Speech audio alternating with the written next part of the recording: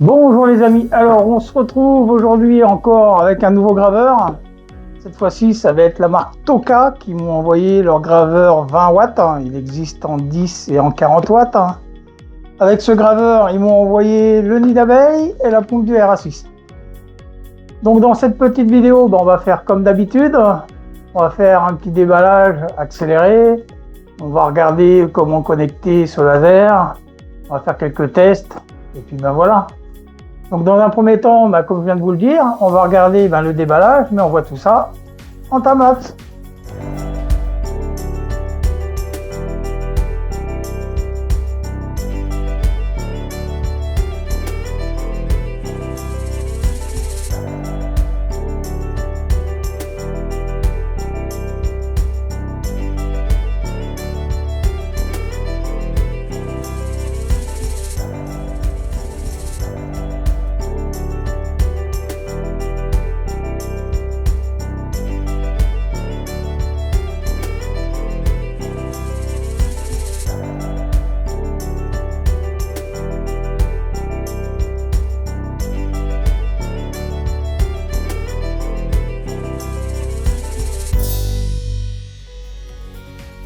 Alors, on se retrouve après le déballage et le montage que vous avez pu voir en time-lapse. Alors, le montage global m'a pris en moyenne 40 minutes, avec la notice qui est relativement super bien expliquée. On a des petits autocollants pour éviter de se tromper de plexiglas.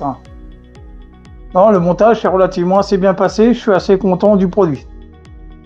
Donc, on va faire comme d'habitude, je vous propose qu'on se rapproche d'un peu plus près de ce Toka 20 watts, puis on va regarder ce qu'il nous propose en connectique, et puis voilà, allez, à tout de suite.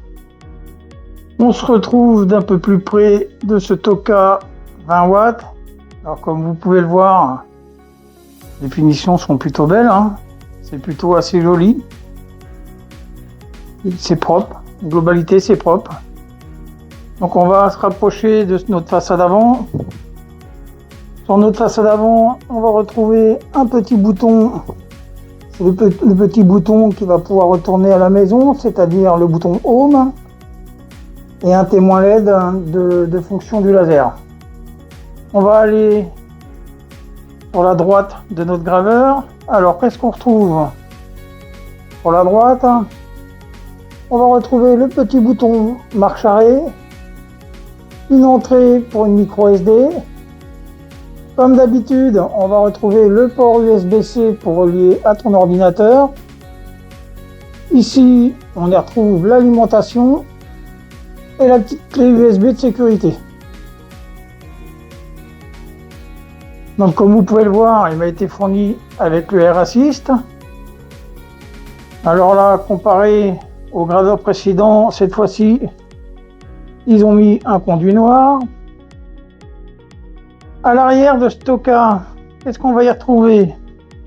On va retrouver le ventilateur pour extraction des fumées, l'entrée du tube du RA6. On va retrouver la petite étiquette, la nomenclature de notre Toka. Et de l'autre côté de notre graveur, on a tout simplement pas grand-chose. Alors ce petit graveur est plutôt joli, Il est bien soigné, bien fini.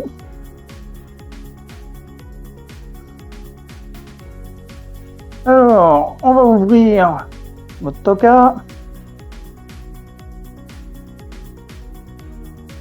Une fois ouvert, on aperçoit ces beaux petits vérins. Bien évidemment qu'on a de chaque côté, qui viennent maintenir la porte ouverte. Alors c'est plutôt bien, bien fini, c'est joli. Comme je vous disais précédemment, on va retrouver tous les petits autocollants qui nous permettront de faire un montage assez facile. Donc comme vous voyez, on met le bleu avec le bleu, le jaune avec le jaune. Pour le montage, ça va être difficile de se tromper. Alors sur le couvercle, on va y retrouver une entrée pour mettre une caméra. Alors c'est bien dommage, la caméra n'a pas été fournie avec. C'est un peu dommage. On va retrouver, comme d'habitude, notre module 20 watts. Alors sur le module 20 watts, on a la petite cale qui est incorporée, il suffit juste de la descendre. Et pour régler votre module, on va s'aller de l'autre côté. On a une petite manette qu'on doit lever. Comme ça nous permet de monter et de descendre le laser. Vous serrez une fois que vous avez fait votre focus. Il n'y a vraiment rien de compliqué.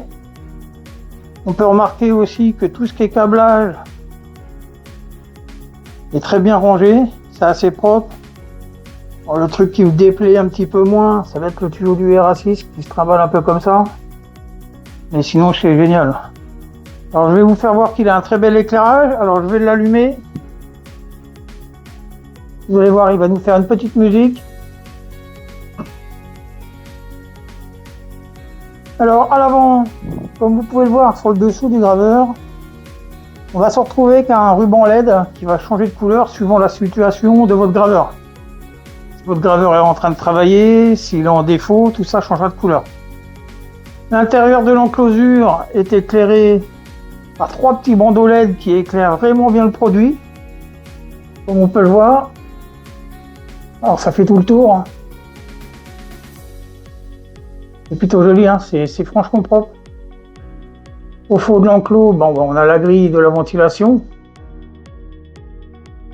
Non, le graveur est esthétiquement très joli. Après, à voir comment il grave, comment il coupe.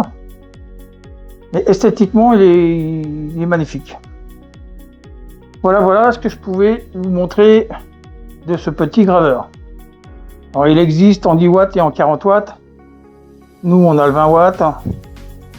Là, comme on peut revenir pour le montage, on a les sachets de vis qui sont numérotés. Vous retrouvez ça sur la notice, donc c'est difficile de se tromper au montage de ce magnifique laser. Donc ce que je vous propose, c'est qu'on se retrouve sur l'iBurn, on configure ça. Et puis voilà, allez, à tout de suite. Nous voilà sur l'iBurn. Alors pour ajouter notre Toka, rien de compliqué, on va aller sur appareil. Appareil, nous on va importer un profil, donc on va cliquer sur importer. On met la clé USB fournie par Toka et on l'ouvre.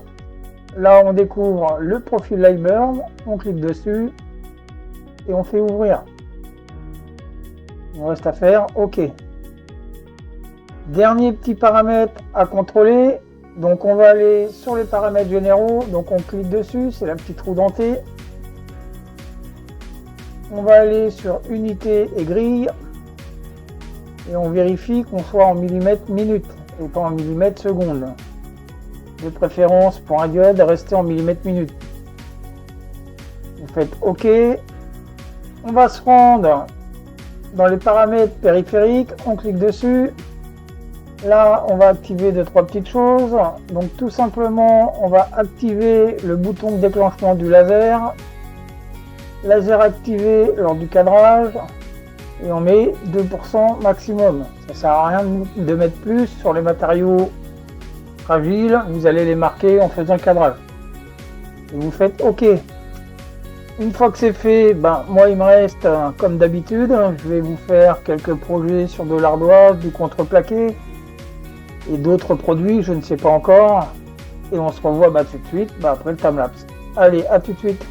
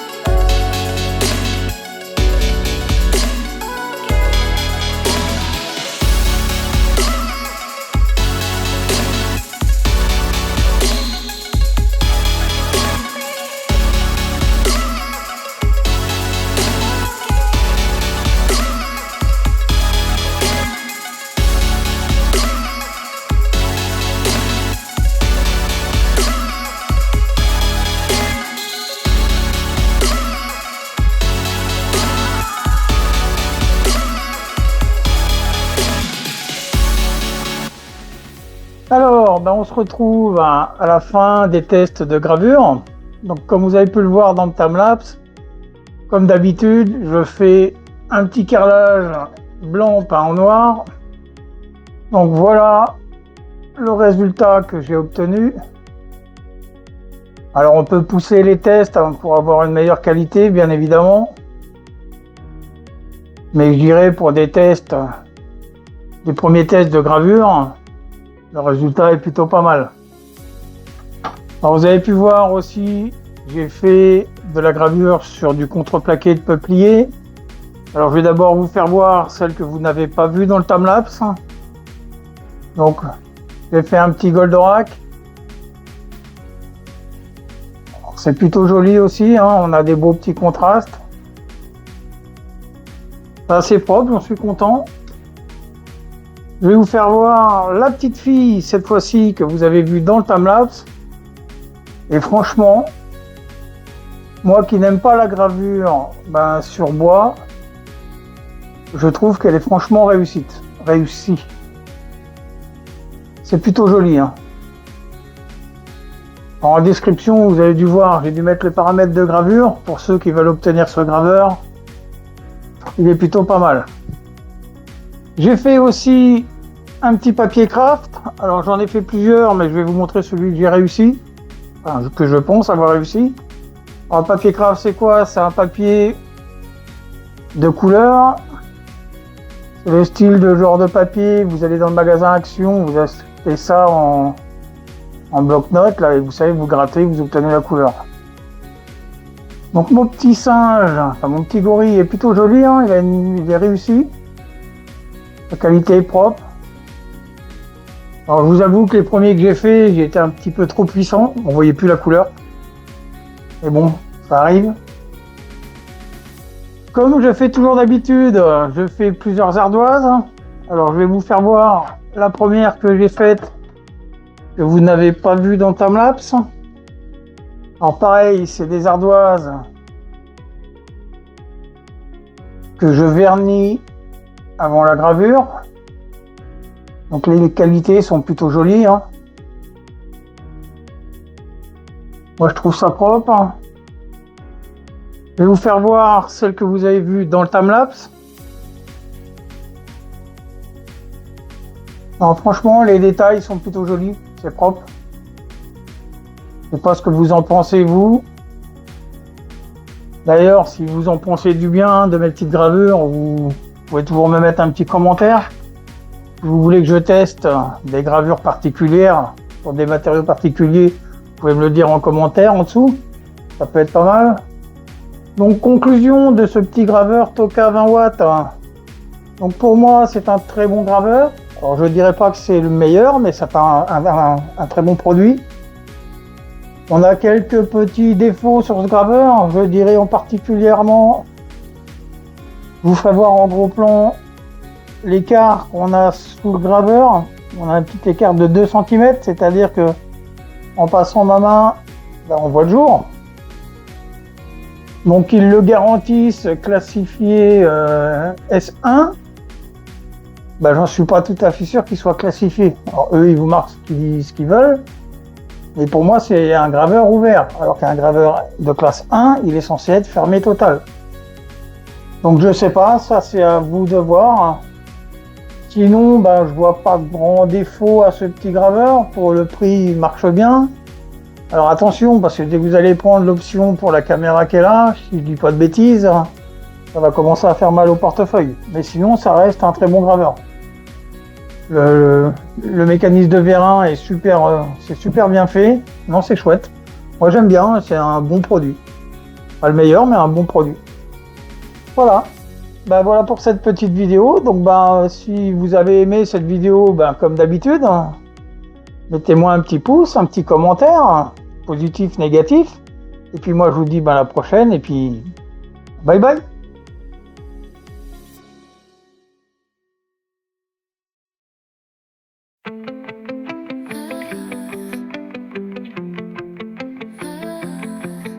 Une idée, une vision, un souffle de passion. Michael a fondé bien plus qu'un nom. Du laser à la 3D, en passant par la sublimation.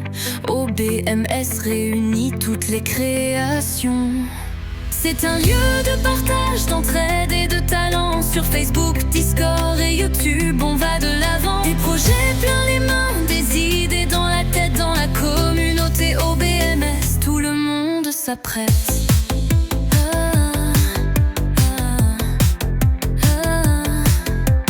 Fikir qui circule, entraide à volonté. Des conseils, des tutos, toujours partagés. Gravés, sublimés, imprimer nos idées. Unis par la passion, on ne fait que progresser.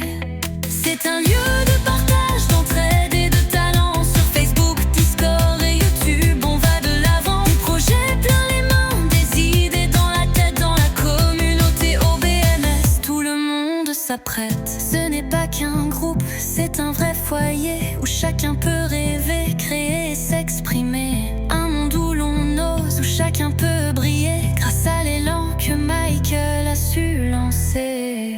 C'est l'esprit OBMS, une flamme à cultiver, une famille soudée qu'on veut faire durer. Des idées, des passions à l'infini partagées.